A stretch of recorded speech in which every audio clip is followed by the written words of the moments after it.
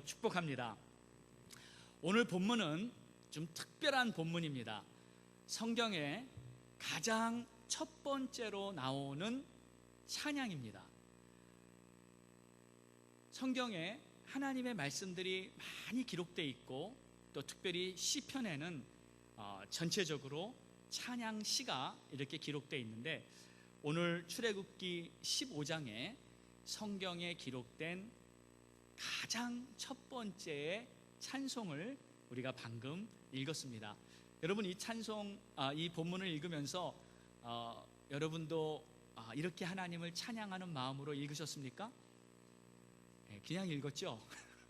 근데 지금 다시 한번 말씀을 들으면서 내가 하나님 앞에 이 마음을 가지고 오늘 예배를 드린다 하는 생각을 갖고 오늘 말씀을 이렇게 들으시고 또 하나님 앞에 기도하실 때 오늘 드리는 이 예배가 조금 특별한 그러한 예배가 될 것입니다. 또 이 말씀이 그냥 설교와 하나님 말씀이 아니라 바로 저와 여러분이 이 말씀을 그대로 하나님 앞에 고백하는 그러한 말씀이 되는 것입니다.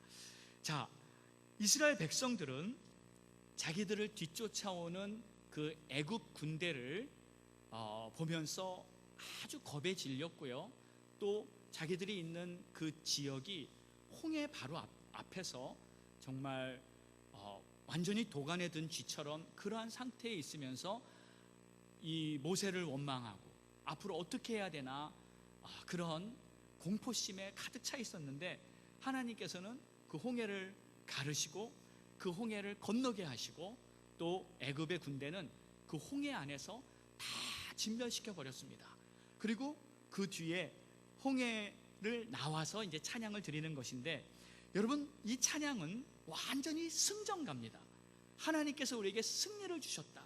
그래서 기쁨과 승리감에 넘쳐서 이 찬양을 하나님 앞에 드리는 내용이었어요. 그런데 이 홍해라는 것이 이스라엘에게는 구원의 길이 되었고 애굽에게는 심판과 멸망의 장소가 되었습니다. 여러분, 똑같은 홍해인데, 똑같은 바다인데 하나님이 누구를 위하시냐에 따라서 그 똑같은 홍해도 정반대의 결과가 나타난다는 것입니다. 여러분, 하나님께서 나를 위하고 계시고 하나님께서 나의 길을 인도하고 계심을 믿으십니까? 그럼 어떠한 환경을 내가 처하고 있다 할지라도 그 하나님이 함께 하시는 은혜가 바로 우리의 삶 속에 증거가 되는 줄 믿습니다. 자, 그래서 홍해를 건너면서 이 이스라엘 백성들은 마지막 14장을 이렇게 끝냅니다. 홍해를 건너고 나서 그 큰 능력을 보았으므로 백성이 여호와를 경외하고 여호와 그의 종 모세를 믿었더라. 그러니까 하나님의 큰 능력을 보았으니까 그 본후로 하나님과 모세를 믿는 그 믿음이 생긴 겁니다. 여러분, 보고 믿은 것은 물론 초보적인 신앙입니다. 그러나 보고라도 믿어야 합니다. 지금은 보고도 안 믿는 사람들이 참 많이 있는 것 같아요. 하나님께서 나에게 보여주신 하나님의 증거가 있걸랑 그걸 꼭 붙들고 믿음을 가지고 우리는 하나님을 따르는 것이죠. 처음에는 이 홍해를 건너기 바로 직전까지만 해도 이스라엘 백성들은 하나님과 모세를 안 믿었습니다. 왜 우리를 이런 곳까지 데리고 왔나? 왜 이 상황이 되게 만들었나? 하면서 모세에게 원망을 했습니다. 그런데 홍해를 건너고 나니까 하나님께서 이렇게 하신 거구나. 건너고 나니까 이 모든 것이 믿어지는 거예요. 그래서 하나님의 큰 능력을 경험한 후에 이스라엘 백성들은 믿음이 생기고 하나님을 믿고 모세를 믿게 된 것입니다. 그렇게 믿음이 생긴 후에 하나님의 능력을 본 후에 이스라엘 백성들은 바로 하나님께 보이는 믿음의 표현이 찬양이에요. 15장에 들어와서 이스라엘 백성들이 이때에 모세와 이스라엘 자손이 노래로 하나님께 노래하며 찬송하는 내용이 오늘 15장에 쭉 이렇게 나오고 있는 것이죠. 여인들은요 20절에 보니까 막 춤추며 찬양했고요, 막 악기를 가지고 찬양했고요. 하나님 앞에 영광을 돌렸어요. 여러분, 이때 홍해를 건넌 후에 이스라엘 백성들의 기분이 어땠을까요? 네. 기분이 참 놀랍고 신기하고 흥분되고, 아니 어떻게 하다가 우리가 이 홍해를 건넜지 하면서 그 상황에 그들의 감정은 말로 다 표현할 수 없을 것 같습니다. 그런 경험 후에 이 찬양을 하나님 앞에 이렇게 올려드렸던 거예요. 여러분, 우리가 하나님을 찬양한다고 했을 때 이 찬양은 단순한 노래가 아닙니다. 단순한 고백이 아닙니다. 하나님의 그 영광을 내가 경험한 후에 그 하나님을 향해 믿음으로 하나님 앞에 드리는 이 찬양은 오늘 출애굽기 15장에 나온 아주 놀라운 하나님의 역사인 것입니다. 여러분, 우리의 찬양이 하나님 앞에 이러한 찬양으로 드려지고 있다는 것을 꼭 기억하시기 바랍니다.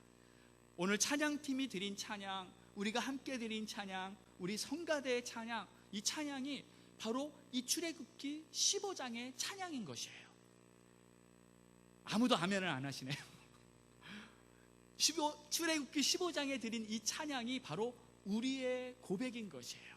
그래서 그냥 노래 부르고 그냥 하나님 앞에 악기 연주하고 그런 것이 아니라 내가 하나님을 찬양한다는 것이 엄청난 역사라는 것을 오늘 성경은 이렇게 말하고 있는 것입니다.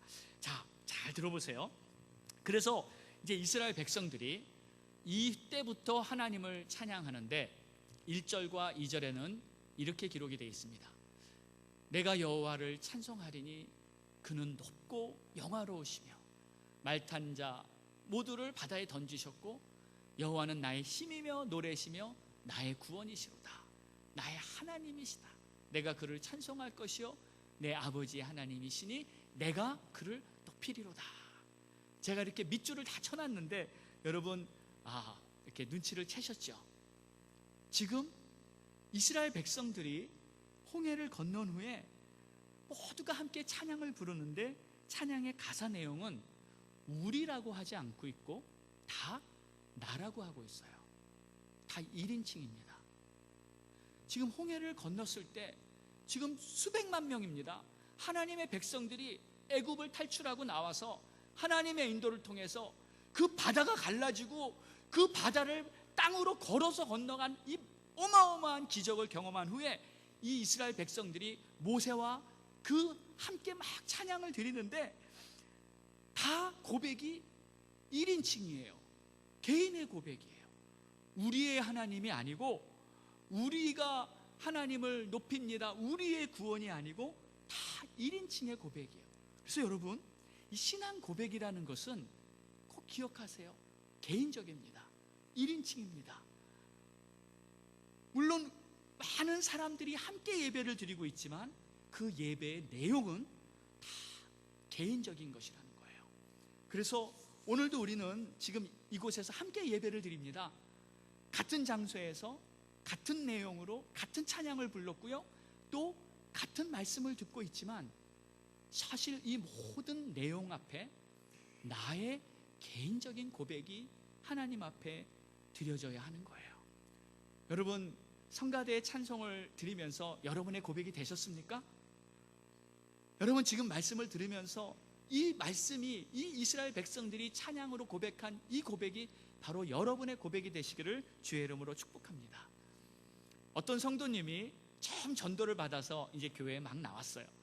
근데 이 성도님은 아직 교회 믿음 생활에 전혀 익숙하지가 않아요. 그래서 찬양을 불러도 그 내용들, 가사들이 생소하고요, 또 기도를 해도 기도도 잘 할 줄 모르고 참 교회 생활이 이제 어색한 거죠.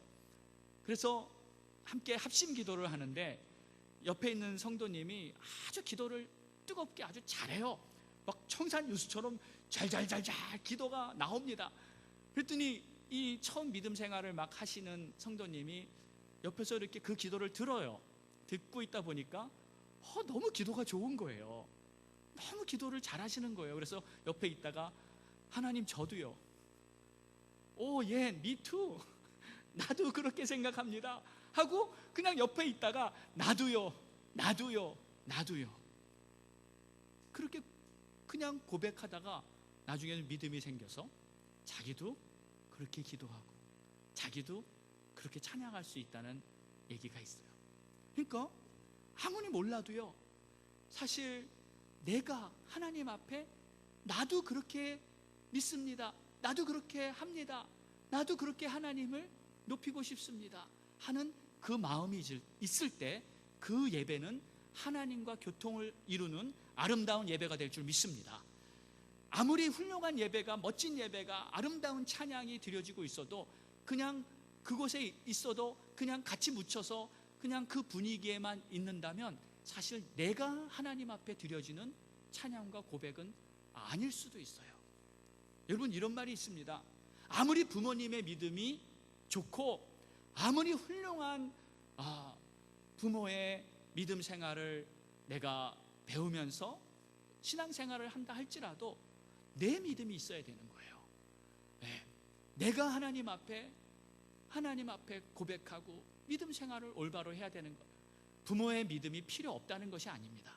부모님의 믿음 때문에 우리는 여기까지 왔지만 그래도 지금부터 내가 하나님을 섬길 때는 내가 하나님 앞에, 하나님은 나의 하나님이십니다, 하나님은 나의 구원이십니다, 하나님은 나의 소망이요 나의 힘이십니다 하는 진정으로 내 마음속에 나의 하나님이라는 고백이 드려질 때 바로 내가 하나님과 영적으로 이루어지는, 연합이 되는 축복이 있는 줄로 믿습니다.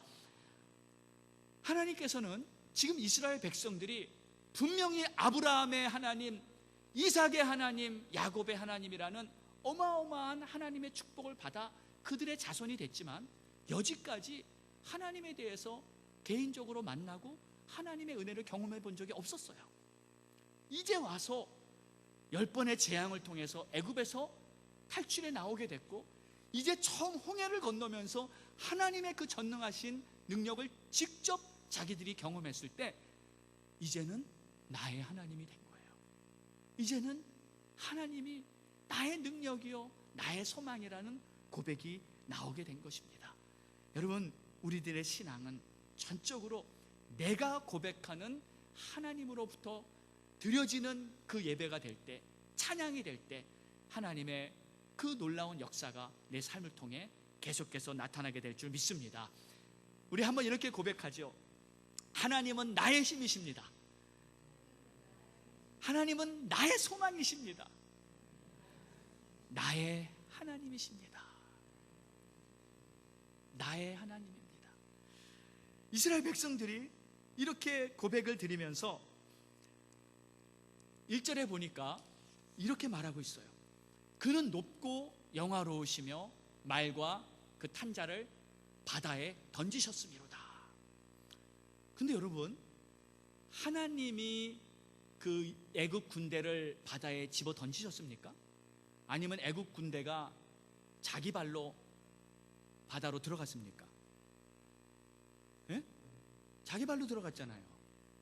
쥐들이 이스라엘 백성들 뒤쫓아서 자기가 스스로 바다에 들어갔어요. 하나님이 집어던지지 않으셨습니다. 자기 발로 걸어갔어요. 근데 오늘 이 찬양의 내용을 보니까 하나님께서 그 말 탄 자들을 바다에 던지셨다고 이렇게 표현을 하고 있어요. 근데 왜 이런 표현이 나올까요? 이스라엘 백성들은요, 지금 홍해를 건너고 나서 하나님이 하신 역사를 보니까 깨달아진 거예요. 뭐가 깨달아졌냐면 분명히 이 애굽 군대가 우리를 잡으려고 우리에게 칼을 들고 정말 병기를 가지고 우리를 죽이려고 따라 들어와서 자기들 발로 걸어 들어간 걸 분명히 현실적으로는 그렇게 됐는데 다 지나고 보니까 홍해를 건너서 모든 상황을 깨닫고 보니까 그 일이 하나님이 하신 일이라는 게 깨달아진 것입니다. 여러분, 이것이 하나님의 주권을 믿는, 하나님의 역사를 믿는 믿음인 줄 믿습니다. 여러분, 이건 참 중요한 거죠. 그래서 우리가 어떠한 현상을 보면서도요, 분명히 자기 발로 걸어 들어갔지만 그것이 하나님이 하신 일이구나, 하나님께서 역사하신 것이구나 하는 하나님의 주권을 인정하는 그 믿음을 가져야 합니다. 그랬을 때 하나님이 하신 거라고 믿으면 내 마음에 두려움이 떠나갑니다. 아멘입니까? 염려가 사라져 버려요. 아니 우리가 하고 이거 혹시 잘못한 거 아닌가? 혹시 저는 자꾸 이렇게 집안에서 좀 문제가 생기면 아내 탓을 합니다. 아니 당신이 왜 그렇게 했냐고 이렇게 판단하고 그럴 때가 종종 있어요. 그런데 지나고 보면요, 이게 하나님이 하신 일이에요. 물론 우리가 부족하고 실수하고 그런 것도 있지만 하나님께서 합력하여 선을 이루시는 아름다운 역사를 만들어내시는 줄 믿습니다. 지금 이스라엘 백성들은 깨달았어요. 분명히 애국 군대가 자기 발로 걸어 들어와서 우리를 잡으려고 바닷가에 들어왔지만 이 일이 하나님의 섭리로 하나님이 하신 일이구나 그러면서 하나님을 찬양하는 거예요. 여러분, 하나님의 주권을 인정하는 자는 하나님께 진정한 찬양을 드릴 수 있습니다. 모든 일, 모든 상황을 하나님의 뜻 안에 있다는 것을 내가 믿기 때문에 아무것도 염려하지 않고 모든 것을 하나님께 맡기고 찬양하는 그런 믿음의 사람이 될 줄 믿습니다. 자, 그리고 나서 3절에 보니까 여호와는 용사시니 여호와의 이름은 찬양을 받으소서 하면서 하나님이 용사라고 찬양합니다. 근데 여기서 용사라는 말은 이 전투사예요. warrior, 싸움하는 하나님이라는 거예요. 세상에서는 사람들이 싸움을 합니다. 근데 싸움을 하고 전쟁을 할 때 누구를 위해 하죠? 다 자기를 위해 합니다. 내가 이기려고 세상에서는 싸움을 해요. 그런데 하나님은 누구를 위해 싸움하십니까? 우리를 위해 싸움하세요. 하나님은 당신의 백성들을 위해 싸워주시는 거예요. 그래서 지금 이스라엘 백성들이 그것을 깨달았어요. 여러분, 이스라엘 백성들은 한 번도 지금 싸움을 해본 적이 없습니다. 애굽에 살면서 전쟁을 해본 경험이 없어요. 그래서 이 애굽 군대가 이 무기를 들고 막 쫓아왔을 때 그들을 보면서 정말 놀랐습니다. 왜? 싸움을 한 번도 안 해봤으니까 얼마나 무서워요. 그 군대가 우리를 잡으러 오는데 다 죽었구나 이런 생각이 들 수밖에 없어요. 그런데 하나님께서 우리는 무기도 없고 싸움의 경험도 없고 우리는 절대로 애굽을 이길 수가 없는 상황인데 하나님께서 우리를 위해 싸워주셨다, 이것을 깨닫고 하나님께 마음껏 찬양을 하는 거죠.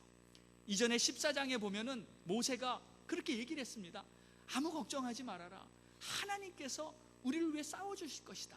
그러니 너희는 가만히 있어라 하고 모세가 담대하게 선포를 했었어요. 그리고 나서 14장 마지막 부분에 여러분, 애굽 사람들이 이런 말을 합니다. 25절에 보니까 막 홍해에 들어가서 따라잡아서 그들을 이렇게 죽이려고 하는데 상황이 완전히 위기가 닥쳐서 자기들이 죽게 생긴 거예요.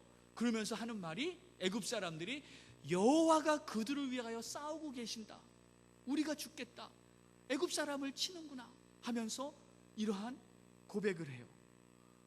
여러분, 하나님이 나를 위해 싸운다는 것을 믿으시기 바랍니다. 하나님이 나를 위해 도와주시고 능력의 하나님으로 함께 하신다는 것을 믿으시기 바랍니다. 절대 두려워하지 마시고요, 세상을 겁내하지 마시고, 아무리 세상이 강해 보여도 하나님은 나의 편이십니다. 할렐루야. 그런데 이 적들도 알아요. 적들도 하나님이 당신의 백성 편이라는 것을 알고 얘기를 하는데 때로는 내가 몰라요. 하나님이 정말 나를 위하시나? 하나님이 정말 나를 도와주시나? 내가 모를 때가 있어요. 여러분, 그러면 안 됩니다. 하나님께서 나를 도와주신다는 것을 꼭 믿으시고 믿음으로 사시기를 축복합니다. 믿음대로 되는 거예요. 하나님이 약속하신 그 약속은 반드시 우리의 삶 속에 아름답게 이루어질 줄로 믿습니다. 자, 그래서 이스라엘 백성들이 기쁨과 이 승리의 찬송을 막 부르는데 오늘 이 본문의 내용들을 제가 몇 가지 이렇게 뽑았어요. 여러분, 이 고백을 이번에는 한번 내 마음에서 정말 내가 하나님 앞에 드린다 생각하면서 한번 읽어보겠습니다. 이 말 안에, 이 고백 찬양 가사 안에 놀라운 하나님의 능력이 담겨 있어요. 우리 다시 우리 천천히 한번 읽어보겠습니다. 시작. 깊은 물이 그들을 덮으니 그들이 돌처럼 깊음 속에 가라앉았도다. 주께서 진노를 바라시니 그 진노가 그들을 지푸라기 같이 사르니이다. 주의 콧김에 물이 쌓이되 파도가 언덕같이 일어서고 큰 물이 바다 가운데 엉기니이다. 주께서 바람을 일으키심에 바다가 그들을 덮으니 그들이 거센 물에 납같이 잠겼나이다. 여러분, 이 고백, 이 찬양의 가사가 참 훌륭하다고 생각하지 않습니까? 이 언어 구사가 너무나 시적이고 아름다운 표현이에요. 근데 여러분, 이 찬양을 이 상황을 한번 생각해 보세요. 어떻게 드렸어요? 이 찬양이 미리 준비되었고, 이 곡이, 이 찬양이 다 미리 만들어졌던 것입니까? 아니면 홍해를 건넌 후에 즉흥적으로 부르게 된 것입니까? 즉흥적으로 부른 것이죠. 자, 모세가 우리가 이 찬양을 이제 다 같이 할 겁니다. 악보 나눠주면서 우리 4분의 4박자로 보통 빠르기로 우리 부르겠습니다 하면서 이렇게 한 거예요? 아니에요. 즉흥적으로 가사, 음악, 이런 모든 것이 그냥 즉흥적으로 그들의 마음과 그들의 영적인 표현으로 말미암아 터져 나온 거예요. 그 상황에서 홍해를 건너고 하나님의 그 전능하신 능력을 자기가 체험하고 나서 하나님을 향해 믿음이 생기고 하나님의 그 능력을 내가 체험하고 나니까 그 가슴에서 불같은 어떠한 역사가 나타남으로 말미암아 하나님을 찬양하게 되는 그러한 이 놀라운 기적 같은 일이 모세 혼자 찬양한 게 아니라 이스라엘 자손들이 다 함께 큰 소리로 막 찬양하는 그러한 역사가 이렇게 나타난 거예요. 그런데 여러분 보세요. 아마 모세가 리더니까 모세가 선창을 하든지 이렇게 따라 부릅시다 하면서 하든지 뭐가 있었을 거 아니에요? 그런데 모세는 어떤 사람입니까? 앞에도 자기가 고백했듯이 나는 언어에 입이 둔한 자입니다. 그리고 모세는요, 분명히 혈통은 히브리 사람이지만 그는 이 겉은 다 애굽 사람이에요. 그의 언어 그리고 그의 생활 방식, 그러니까 이세 같은 겁니다. 우리 이세 자녀들이 뭐 한국말 해보라고 한국말 잘 못해요 하면서 바나나라 그러잖아요. 그러니까 모세는 말을 잘 못하기 때문에 하나님이 세우시려고 해도 나 못합니다 계속 뺐고요, 자신이 없어 했고요. 모세는 이 언어에 능하지가 못해요. 그런데 지금 이 상황에서 모세가 만약에 이 찬양을 같이 부르도록 인도한 역할을 했다면 지금 엄청난 역사가 일어난 거예요. 모세 안에 새롭게 하시는 하나님의 능력이 모세와 그 성도들 안에서 이 하나님의 역사를 경험한 후에 놀라운 그들의 잠재력 안에 있던 어떠한 언어와 말과 음악적인 그 모든 기능들이 폭발적으로 나타나면서 하나님을 찬양하게 된 줄 믿습니다. 이것이 찬양의 능력이에요. 이것이 찬양의 역사입니다.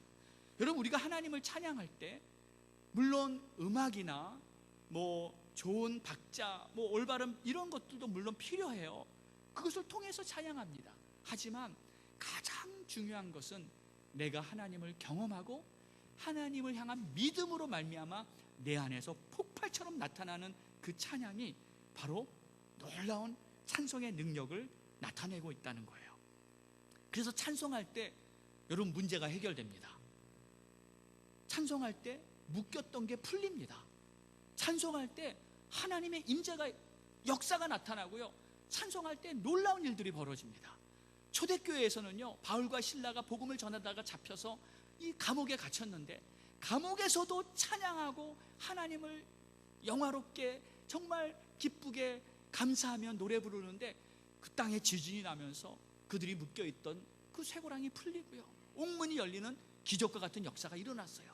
여러분, 찬양할 때 마음속에 있는 두려움, 슬픔 또는 답답함, 이런 모든 것도 다 해결되는 줄 믿습니다. 찬양할 때 악한 영들도 다 떠나가는 줄 믿습니다. 다윗이 정말 하나님을 찬양하는데 사울에게 들렸던 그 악신이 다윗이 수금을 타는 그 순간에 다 떠나가 버리고요.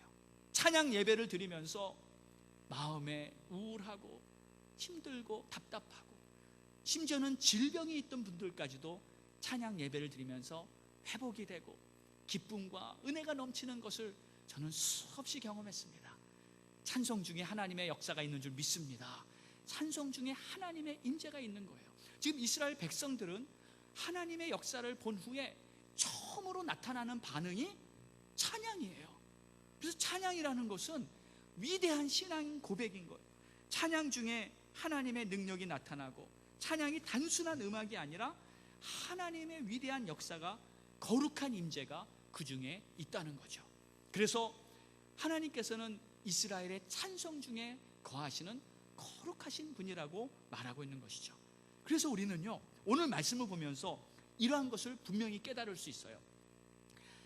내게 믿음이 생기잖아요. 이스라엘 백성들처럼 얼마 전까지만 해도 모세를 불평하고 하나님을 안 믿었어요.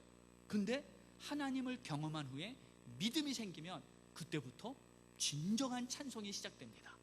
그리고 그 찬송을 통해서 하나님의 영화로움을 마음껏 노래하게 될 거예요. 여러분, 우리가 천국에 가면은 찬송만 남습니다. 거기 가면은요, 천국 가면은 더 이상 성경 공부 없습니다. 전도 없습니다. 봉사도 없습니다. 천국 가면은 우리 하나님의 보좌 앞에 마음껏 찬양과 영광을 돌리는 그 시간이 바로 천국의 모습인 줄 믿습니다. 그래서 우리가 찬양을 드린다는 것은요, 너무너무나 중요한 거고요. 이 예배를 드리면서 하나님 앞에 진정한 찬송을 드릴 때 결국 하나님의 아름다운 역사가 그 예배 중에 임하는 것입니다. 저는 오늘 말씀을 준비하면서 우리 교회에 앞으로 더욱더 아름답고 복되고 능력 있는 찬양이 하나님께 올려지기를 간절히 소원하는 마음으로 예배를 준비했습니다. 여러분, 그렇게 되기를 원하십니까? 혹시 여러분 중에서도요, 내가 그동안 찬양이 좀 답답했다, 내가 하나님께 마음껏 찬양 드리는 그런 이 믿음 예배가 좀 부족했다, 왠지 마음껏 드리지 못했다 하는 그러한 아쉬움이 있걸랑 지금부터 다시 오늘 말씀을 여러분이 꽉 믿음으로 받으시고, 하나님, 내가 앞으로 홍해를 건넌 이스라엘 백성들처럼 힘차게 찬양하고 하나님의 역사를 높이 찬양하는 하나님의 백성 되겠습니다. 하나님 축복하세요, 역사하세요. 그러한 우리 모두가 되기를 주의 이름으로 축원합니다. 자, 그러면 이 찬양이 이렇게 중요한 건데 우리가 찬양을 드릴 때 올바로 드려야 됩니다. 왜냐하면 세상에 있는 다른 모든 음악은 사람에게 들려주는 음악이에요. 그러나 이 찬양은 사람에게 들려주는 음악이 아닙니다. 하나님의 귓가에, 하나님의 보좌 앞에 우리는 찬양을 드리는 줄 믿습니다. 그래서 이 찬양을 하나님이 올바로 기쁘게 받으실 찬양이 돼야 우리는 올바른 예배자가 된 것이죠. 아무리 멋진 찬양을 불렀다 할지라도 그것이 사람에게 보여주는 찬양이었다면 아무리 훌륭한 찬양이라도 하나님과는 아무 상관이 없는 거죠. 그래서 우리가 어떻게 찬양을 드려야 하는지, 제가 오늘 시편에 찬양에 드리는 방법이 여러 가지가 나왔는데 딱 몇 가지만, 중요한 것만 여러분과 함께 나누겠습니다. 자, 첫 번째는 우리가 하나님께 어떠한 찬양을 드려야 되면, 하나님은 이렇게 말씀하셨어요. 모든 사람들이 다 찬양하라. 세상의 왕들, 백성들, 방백들, 지도자들, 사사들, 그리고 청년, 남자, 여자, 노인, 아이들 모두가 다 하나님의 이름을 찬양할지어다. 여러분, 하나님께 드리는 찬양은 특별한 사람만 선별해서 드리는 것이 아니라 모든 호흡이 있는 자마다 하나님을 찬양한다는 것을 믿으시기 바랍니다. 그리고 하나님은 우리가 하나님을 찬양할 때 외치면서 큰 소리로 즐겁게 찬양하라 그랬어요. 왜냐하면 이 찬양에는 승리가 담겨 있기 때문입니다. 하나님이 우리를 악으로부터 구원해 주심을 여러분은 믿습니까? 내가 잘하고 내가 뭔가 위대한 공로를 세워서 하나님의 자녀가 된 게 아니라 하나님이 나를 악의 권세에서부터 구원해 주셨기 때문에 하나님의 자녀가 된 것은 승리입니다. 그래서 그 승리를 찬양하면서 하나님을 영화롭게 하는데, 왜 기가 죽습니까? 왜 내가 소리를 못 냅니까? 왜 내가 세상에 눌려야 합니까? 여러분, 우리는요 힘차게 큰 소리로 하나님을 영화롭게 찬양하는 하나님의 백성인 줄 믿습니다. 자, 그리고요 손을 들고 찬양하라 그랬어요. 주를 향하여 손을 펴고 내 영혼이 마른 땅같이 주를 사모해. 여기서 마른 땅같이 사모한다는 말은 내가 목마르다는 뜻이에요. 하나님의 은혜와 하나님의 은총 다시 한번 더 부어주소서. 그러면서 사모하는 마음을 가질 때 내 손이 뻗쳐지죠. 더 달라는 거예요. 여러분, 하나님의 사랑과 은혜는 끝없이 바다와 같이 많은 줄 믿습니다. 우린 더 은혜 받아야 돼요. 더 축복 받아서 하나님의 영광을 위해서 쓰임 받아야 할 줄 믿습니다. 그래서 손을 펴고 하나님 앞에 간절히 찬양하고, 또 그 다음을 보면요, 하나님께서 악기로 찬양하라 그랬어요. 나팔소리, 비파, 수금, 모든 악기, 재금 다 동원해서 하나님을 찬양하라. 그리고 하나님은 또 손뼉을 치면서 기쁘게 즐거운 소리로 하나님을 찬양하라.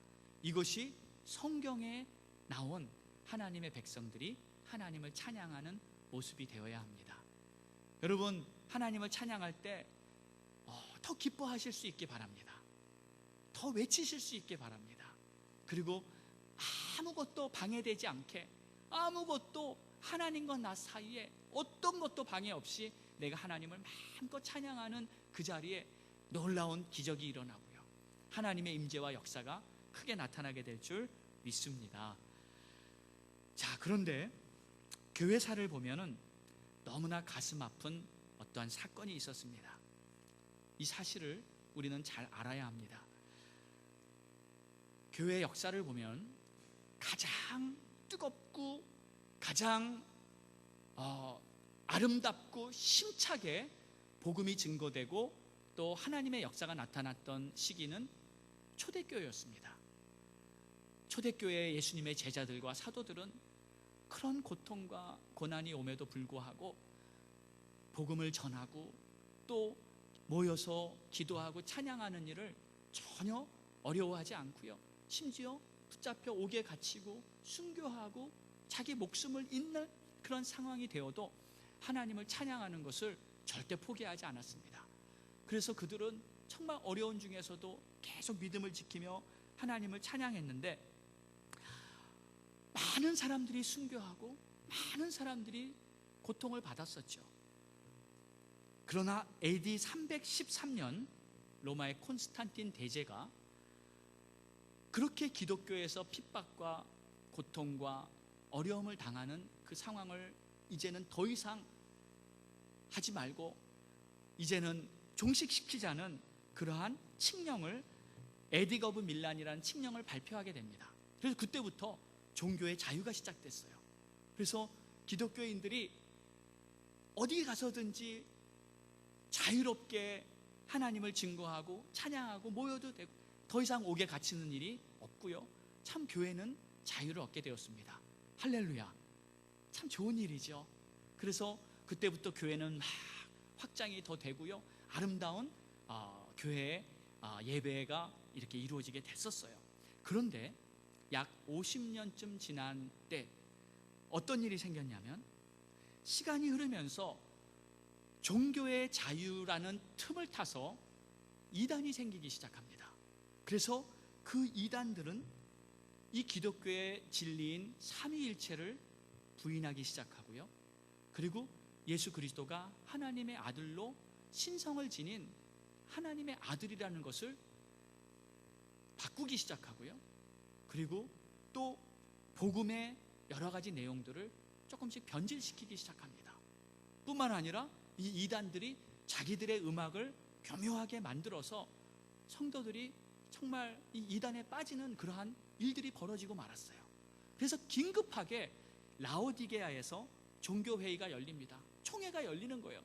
그래서 모든 지도자들이 모여가지고 이 문제를 우리가 어떻게 해결해야 하나 하면서 그 종교회의를 열었는데, 그때 13번째 조항에 이런 내용을 결정지었습니다. 앞으로 악기 사용 다 금지하고 교회에서 회중들이 찬양하는 것을 금지시킨다. 왜요? 이단 때문에. 이단이 교회의 그 순수한 복음과 교리와 진리와 이런 것들 다 혼미케 하니까 안 되겠다. 선별된 사람만 교회에서 찬양을 하고 악기를 찬양을 하고 모든 악기나 아무나 노래하는 것을 우리가 절제시켜야겠다 하면서 그때부터 회중 찬양을 금지시키게 됩니다. 물론 선한 의도로 어떠한 뜻을 정했지만 결국 이 문제가 종교개혁이 이루어지기까지 1517년 1000년이 넘을 동안 교회에서는 모든 성도들이, 회중들이 하나님을 마음껏 찬양하는 것을 억제시켰어요. 아무도 교회에서 입을 열고 찬양하지 못했습니다. 성가대나 특별한 사람들만 찬양할 수 있었고, 모든 성도들은 그냥 입을 다물고 있어야 했어요. 이게 얼마나 비극적인 예배의 모순이었는지 모릅니다. 그 후로 다시 말씀으로 돌아가자. 하나님의 말씀은 우리가 모두가 하나님을 찬양하고 모든 악기를 동원해 하나님을 영광 돌리는 것인데, 다시 말씀으로 돌아가자는 그 종교 혁명이 일어난 후에 다시 한번 하나님의 예배가 회복된 줄로 믿습니다. 그래서 교회에서는요, 모든 사람이 다 찬양하고 모든 사람이 하나님께 영광을 돌려야 하는 거예요. 교회에서는 찬양 소리가 크게 울려 퍼져야 합니다. 어떤 사람이든지 노래를 잘하든지 못하든지 하나님을 영화롭게 하는 큰 외침이 있어야 합니다. 교회에서는 하나님의 은혜를 마음에서부터 마음껏 찬양 드리는 그런 아름다운 소리가 계속 울려 퍼져야 할 줄 믿습니다. 우리 갈보리 교회는 그렇게 되어야 합니다. 아멘입니까? 여러분 마음에서부터 오늘 이 15장의 이스라엘 백성들이 찬양했듯이 그렇게 찬양할 수 있기를 바랍니다. 그리고 하나님이 기뻐하시는 놀라운 예배자가 다 되실 수 있기를 주의 이름으로 축복합니다. 우리는 이제 12월 성탄을 맞이하며 우리 주님이 탄생하신 그 성탄절에 찬양 예배를 드리기 원해요. 찬양 축제를 드리기 원해요. 우리 하나님이 가장 기뻐하시는 것이 하나님의 이름을 높이고 찬양하는 것인데, 정말 우리가 12월 달을 맞이하면서 마지막에 하나님 앞에 찬양으로 영광 돌리면서 하나님의 그 은혜를 노래하는 우리 모두가 될 수 있기를 주의 이름으로 축복합니다. 기도하겠습니다.